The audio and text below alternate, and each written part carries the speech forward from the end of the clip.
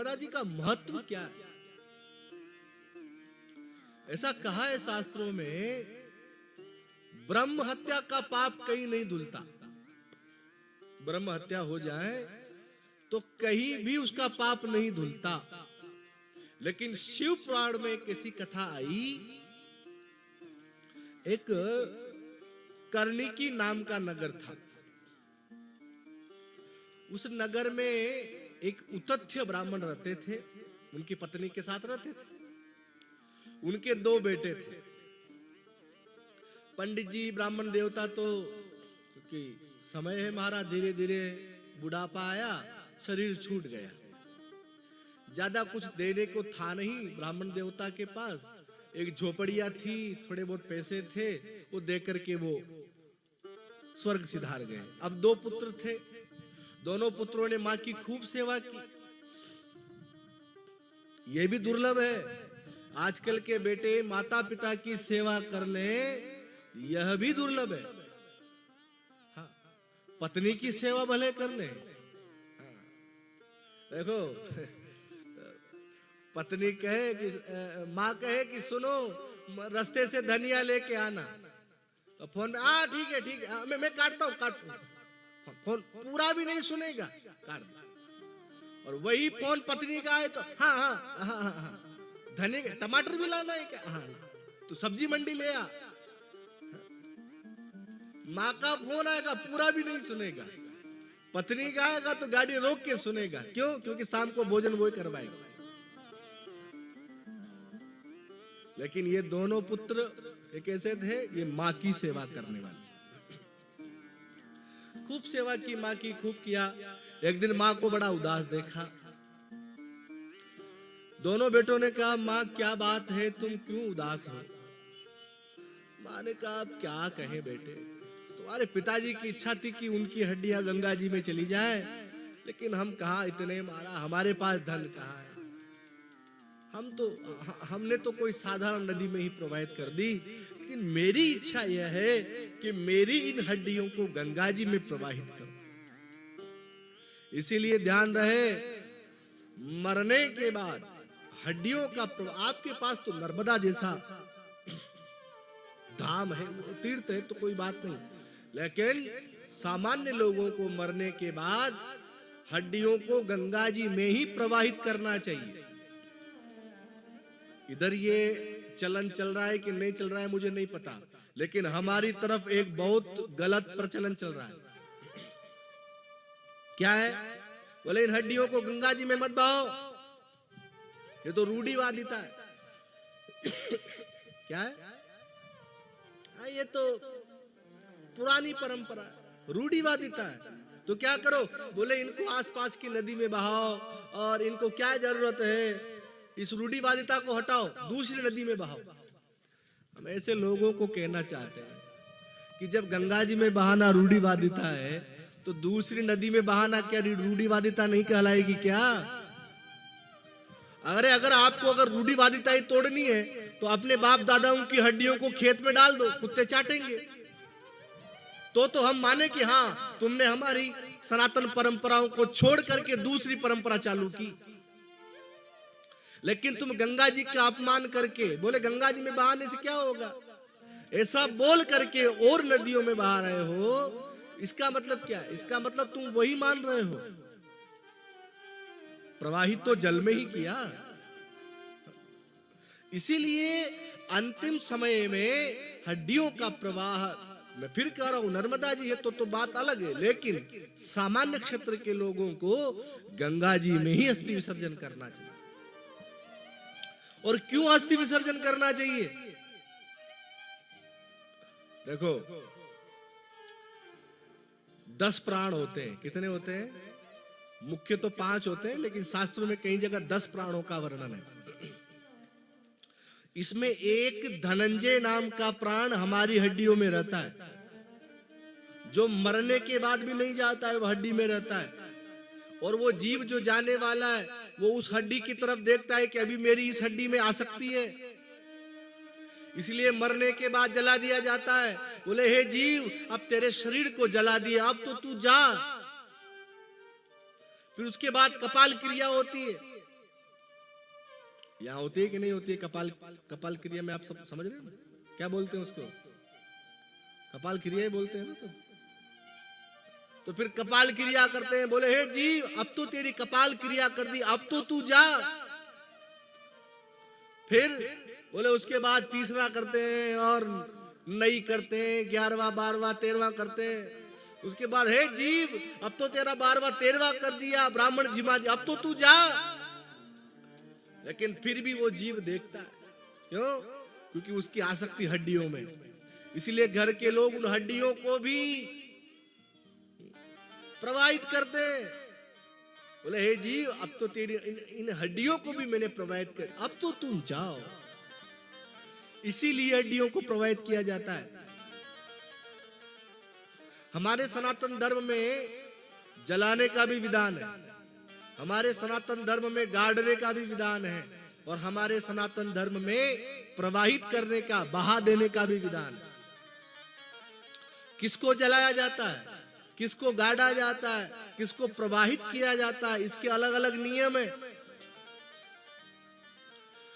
जिस व्यक्ति की शरीर में आसक्ति नहीं है ऐसे व्यक्ति को जलाया नहीं जाता, उसको गाड़ा जाता है। अब शरीर में आसक्ति किसकी नहीं होती? बोले जो सन्यासी होता है। अगर वास्तविक सन्यासी है तो, अगर वास्तविक सन्यासी है तो उसकी शरीर में आसक्ति नहीं होती है। इसीलिए आपने देखा होगा सन्यासियों को जलाया नहीं जाता है, सन्यासियों को गाड़ा जाता है। और किसकी आसक्ति नहीं होती? बोले जो 3 साल से छोटे बालक हैं, जिनके दांत नहीं निकले हैं, उनके शरीर में आसक्ति नहीं होती है। इसीलिए 3 साल के से छोटे बालकों को भी जलाया नहीं जाता तो गाड़ा जाता है। यहाँ क्या परंपरा है? ठीक है, हाँ। ये सब इसलिए पूछ रहा हूं क्योंकि मेरे लिए बिल्कुल नया है। हम आए तो हमको लोग दादाजी बोल रहे थे। क्या बोल रहे थे? दादाजी है ना। हम तो बड़े, हमको शुरू में लगा किसी और से बोल रहे हो, लेकिन बाद में पता लगा यहाँ कोई दादा नहीं, हम ही दादा लगे। चलो बढ़िया है। चलो अलग अलग देश की अलग अलग मधुरता है, बहुत सुंदर। 3 साल से छोटे बालक को गाड़ा जाएगा। क्यों? क्योंकि उसकी आसक्ति नहीं है। 3 साल से छोटे बालक की आसक्ति होती। आसक्ति किसकी है? जब आदमी बड़ा होता है तो आधे घंटे तक कांच में कंघी करता है। क्यों? क्योंकि उसके बालों की प्रति आसक्ति।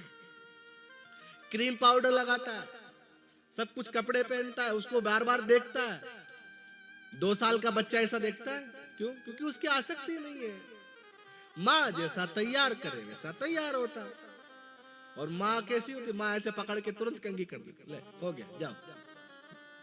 इसीलिए छोटे बालकों को गाड़ा जाता है। और प्रवाहित किनको किया जाता है?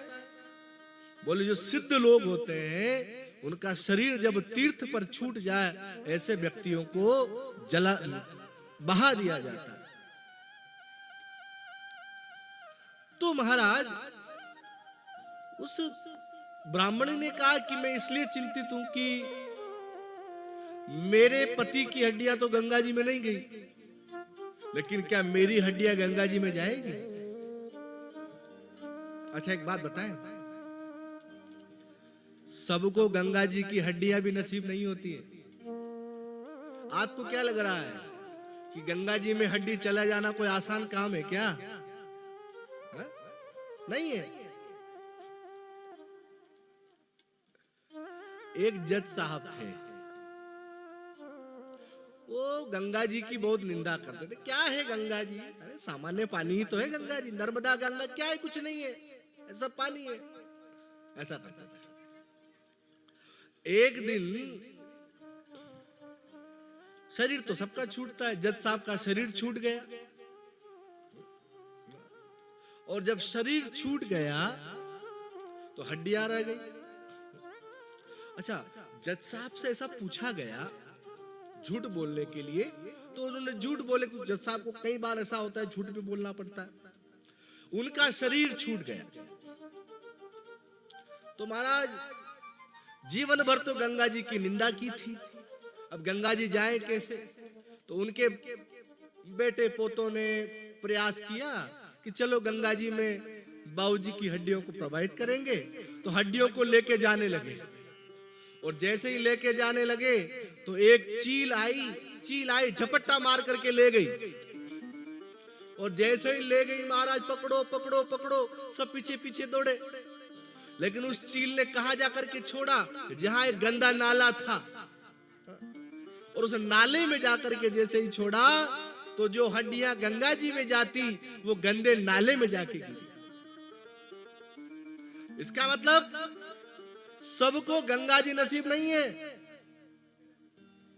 महाराज। गंगा बड़ी पवित्र। वो ब्राह्मणी कहती है कि मेरे पति की हड्डियां गंगा जी में नहीं गई, मेरी तो अस्थि गंगा जी में जाए।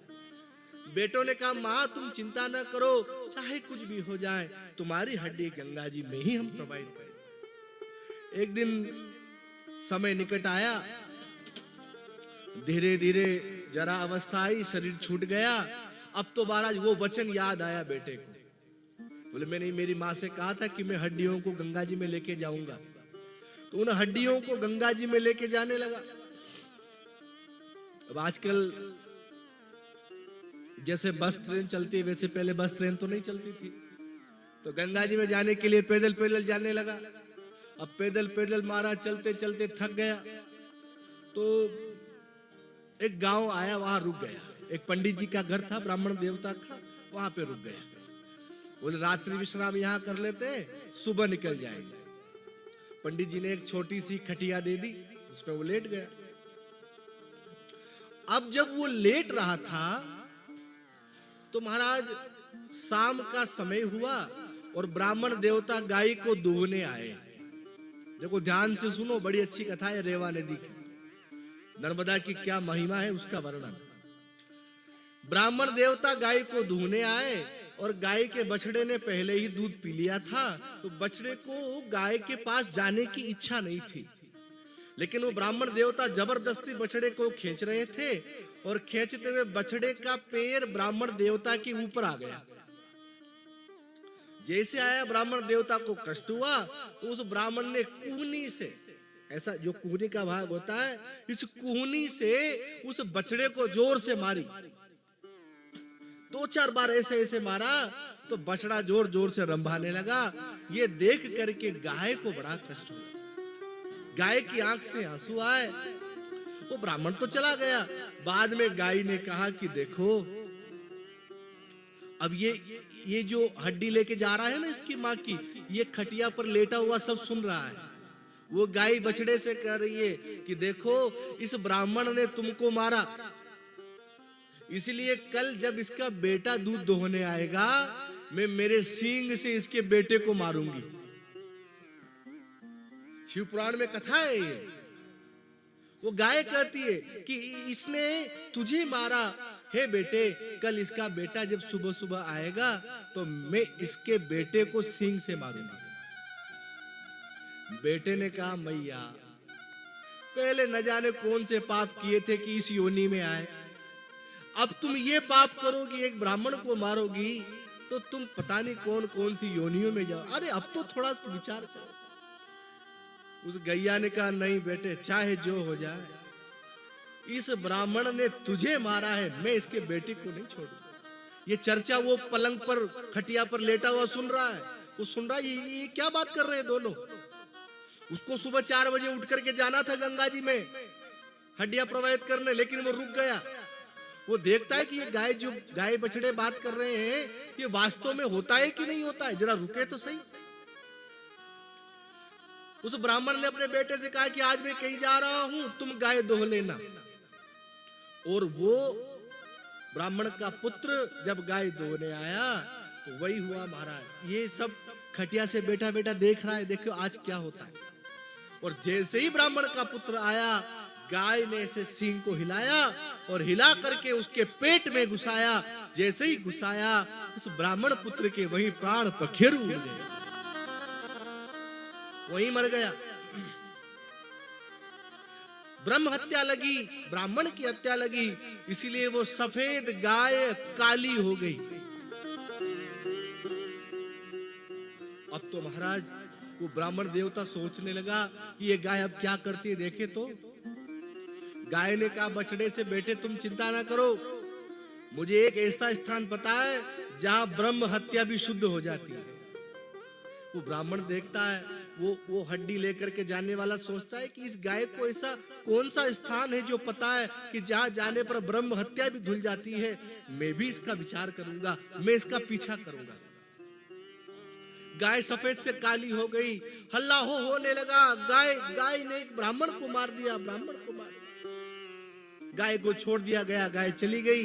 अब गाय आगे आगे जा रही है और वो हड्डियों के थैले को लेके गाय के पीछे पीछे जा रहा है। वो देखना चाहता है कि ये गाय जाती कहां है। और गाय चलते चलते रेवा नदी के स्थान पर आई। इसी नर्मदा के किनारे पर वो गाय आती, और जैसे ही उस गाय ने नंदकेश्वर लिंग वहां बना हुआ था, वहां आकर के जो ही गाय ने नर्मदा में स्नान किया, और गाय जो काली हो गई थी वो वापस सफेद हो गई, वापस से सफेद हो गई। वो आराम से देख रहा है कि ये क्या चमत्कार हुआ। गाय काली हो गई थी पाप के कारण, वो सफेद हो गई। अब तो महाराज वो बड़ा प्रसन्न हुआ, नर्मदा को प्रणाम किया और हड्डियों को लेकर के गंगा जी की ओर जाने लगा। तब गंगा जी स्वयं प्रकट हो गई और एक कन्या का रूप बनाया और उससे कहा, कहां जा रहे हो। उसने कहा, अरे मैया, हमने हमारी माता से कहा है कि इन हड्डियों को हम गंगा जी में डालेंगे, प्रवाहित करेंगे, वहीं जा रहा हूं। तब उस कन्या ने कहा कि वहां कहां जा रहे हो, हम स्वयं गंगा जी हैं। गंगा जी भी पवित्र होने नर्मदा जी में आती है। और वो दिन कौन सा था, वैशाख शुक्ल सप्तमी। इसलिए आज भी सप्तमी के दिन माँ गंगा जी नर्मदा के दर्शन करने यहाँ आती है। ऐसा पवित्र नर्मदा जी का महात्मा है।